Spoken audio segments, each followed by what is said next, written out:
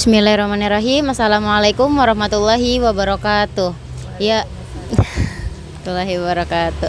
Ya, alhamdulillah teman-teman. Sekarang saya sudah di lokasi narasumber yang akan saya wawancarai mengenai tugas mata kuliah kewirausahaan pendidikan.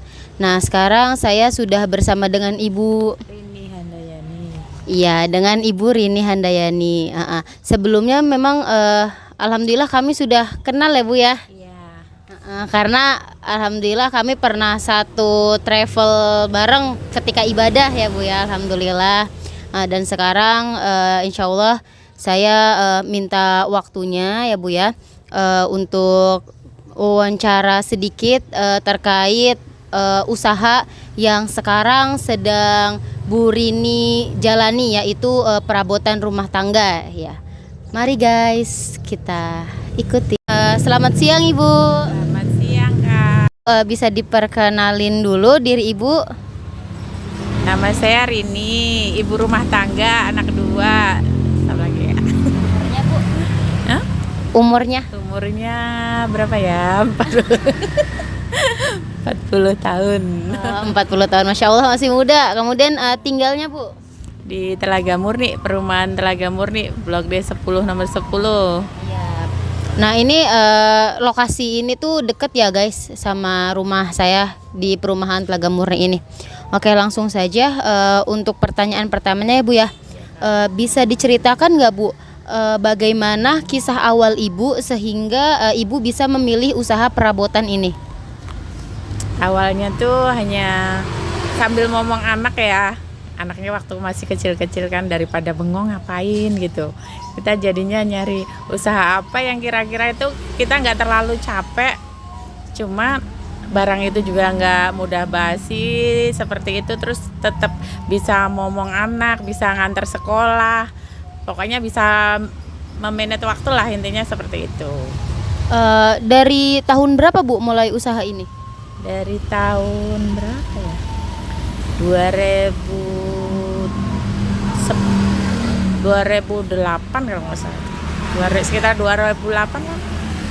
2008 berarti udah cukup lama ya, lebih dari 5 tahun ya Bu ya, Masya Allah. Iya. 10 tahun lebih. Iya benar. Kemudian berapa modal awal yang Ibu keluarkan untuk memulai usaha perabotan ini Bu? Modal awalnya? Modal awalnya sedikit sih Kak, cuman setiap ada uang gajian tambahan itu ditambahin aja gitu. Cuman ya nggak terlalu banyak, kita jadi bertahap, setiap bulan kita tambah-tambah gitu. Berarti usaha ini memang usaha satu-satunya usaha apa memang ada usaha lain Bu?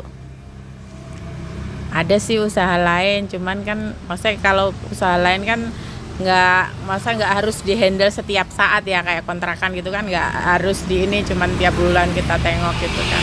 Kalau ini kan emang sambilan di rumah, jadi ya setiap hari gitu. Oke. Kemudian jika boleh tahu Bu, berapa sih omset rata-rata per hari atau per bulan yang Ibu dapatkan dari usaha perabotan ini? Kalau itu lumayan lah, cukup lah buat nyekolahin anak makan. Alhamdulillah bisa buat nabung. Alhamdulillah. Oh berarti nyambung ya kan, Ibu Bu Rini punya kontrakan gitu ya. Terus di sini usaha perabotan. Ntar yang kalau kontrakan mau nyari usaha mau nyari perabotan rumah bisa ke sini gitu ya. Bisa sih Kak, cuman punya kontrakannya jauh. Oh, jauh ternyata, kirain deket sini. Ya sih jauh Kak. Jadi, Berapa pintu Bu tuh kalau boleh tahu? lumayan lah. Masya Allah ya. Pantesan guys, Ibu Rini ini bisa ibadah satu keluarga loh guys. Masya Allah kan. Alhamdulillah Kak. Ya, alhamdulillah. Penting berkah ya dan halal. Kemudian Bu, apa aja sih kendala Ibu saat berjualan? Jika ada, mohon dijelaskan cara mengatasinya juga Bu. Ya kalau namanya orang belanja ya, kadang-kadang kan pembeli itu nggak selalu, ada yang royal, sifatnya royal, ada yang maaf, yang agak pelit gitu ya. Kalau pelit ya mungkin karena keadaan dia, istilahnya uangnya pas-pasan, jadi ya kadang nawarnya terlalu berlebihan gitu kan. Tapi ya kan asal kita bisa meyakinkan aja Kak. gitu. Ya, baik. Kemudian bagaimana Bu Rini mengelola stok pada setiap produknya? Kalau mengelola stok paling kalau yang tinggal sedikit gitu kita catat. Nanti kalau pas waktunya belanja kita pas order tuh tinggal telepon aja, ntar nambah barang ini gitu. Berarti stoknya ngeristoknya itu tuh tergantung kehabisan barangnya itu ya. Barang yang tinggal sedikit tuh apa kita catat. Nanti kalau pas mau belanja order barang tinggal telepon ini yang mau dikirim ini gitu. Kira-kira berapa jangka waktu untuk mengeceknya tuh berapa lama tuh Bu? Ini aja setiap kita ngelayanin kira-kira ini barang ini keluarnya banyak, otomatis kan kita tahu ini tinggal sedikit berarti stoknya gitu. Kalau udah keluar banyak kan otomatis sudah tinggal sedikit, tinggal kita tulis gitu, nanti pas belanja tinggal order gitu. Seperti itu, iya. Kemudian ada nggak sih Bu apa yang membuat usaha perabotan Ibu ini tuh berbeda dari usaha perabotan yang lain? Kan di sekitar sini kan lumayan banyak ya pesaingnya untuk perabotan ini. Nah, ada nggak sih perbedaan gitu dari usaha perabotan yang Ibu buka ini sama perabotan yang lain? Kalau menurut saya sih, kalau barang mungkin ya dari kelengkapan ya Kak ya. Kalau mungkin semakin lengkap, semakin orang nyari kan lebih mudah satu tempat. Terus juga kalau di kayak kualitasnya gitu juga berpengaruh juga kan kayak gitu. Terus pelayanan kita meyakinkan orang untuk memberi kepuasan untuk pelanggan itu juga penting Kak.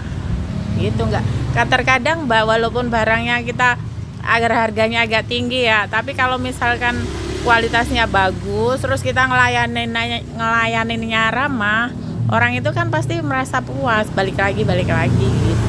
Berarti pelayanan juga nomor 1 ya, kualitas. Kemudian bagaimana Ibu mengatasi jika ada pelanggan yang komplain terhadap barang Ibu? Kalau ada yang komplain, saya paling utamain dulu. Jadi istilahnya misalnya dia komplainnya apa, barang itu kalau udah pasti dari saya, pasti saya ganti. Jadi saya ganti yang baru biar dia jangan sampai kecewa gitu Kak. Berarti ketika ada yang komplain dilihat dulu, kalau benar ini langsung ganti ya. Berarti tanggung jawabnya tuh benar-benar ya. Penting tanggung jawab. Jadi orang tuh nggak bakalan kecewa. Kalau udah kecewa sekali kan nggak bakalan datang lagi gitu. Benar-benar. Kemudian apa cara Ibu dalam membangun kepercayaan nih? Masih nyambung sama yang tadi, kepercayaan pelanggannya yang Ibu bangun? Ya yang jelas kalau kita memberi misalnya suatu barang, kalau bilang kualitasnya bagus ya harus bagus. Kita nggak boleh berbohong, intinya itu. Kalau misalnya barang itu jelek, ada cacatnya, lebih baik kita bilang. Jadi orang itu kan tahu ini ada kekurangan ini, mau nggak harga segini, seperti itu. Jadi orang itu nggak bakalan kecewa gitu. Iya benar. Kemudian apa motivasi Ibu dalam menjadi pedagang ini, usaha perabotan ini? Dan kalau boleh nih Bu ya, tolong berikan motivasi untuk anak muda bagi mereka yang ingin membangun atau memulai suatu usaha. Kalau motivasinya ya untuk membantu suami ya, untuk pendapatan keluarga lah intinya itu, supaya ya lebih intinya ya bisa untuk kebutuhan, bisa paling nggak kekurangan gitu, ada tabungan buat cadangan seperti itu walaupun suami sudah kerja ya kayak gitu. Terus kalau untuk yang mau berusaha, intinya mau misalnya spesifiknya itu dagang itu ya harus intinya dia nggak bisa langsung tiba-tiba berhasil sukses gitu, nggak bisa Kak, harus perlu waktu, nggak mungkin setahun 2 tahun tuh nggak bisa.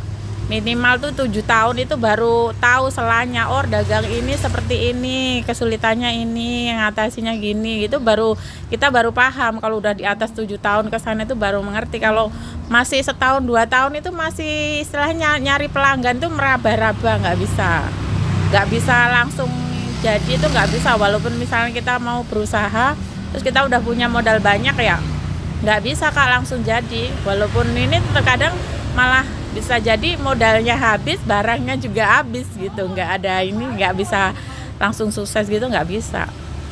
Berarti memang harus sabar dan ada stepnya juga ya, step by stepnya ya. Nggak bisa langsung kayak buka usaha langsung apa modalnya balik lagi. Modalnya banyak langsung balik lagi tuh nggak bisa. Jadi ya tetap harus tahu dulu selanya. Kadang kita misalkan walaupun kita bisa jual barang harga murah, belum tentu langsung habis bisa laku gitu, belum tentu juga Kak. Kayak gitu. Oh, makanya juga keuntungan dari menjual perabotan ini itu kan nggak gampang basi juga gitu kan. Jadi kayak jangka panjang gitu ya. Seperti itu ya, untuk anak muda yang ingin memulai usahanya harus pinter-pinter memilih ya Bu ya. Tuh, kemudian harus bersabar juga dan berjuang. Ya, mungkin cukup itu aja ya Bunda ya Bu ya. Pertanyaan dari saya. Terima kasih atas waktunya dan kesempatannya. Saya sudah mengganggu waktu waktu jaganya. Semoga segala usaha yang Ibu emban semoga selalu sukses, lancar dan berkah. Amin. Terima kasih Ibu. Ya, sama-sama. Assalamualaikum.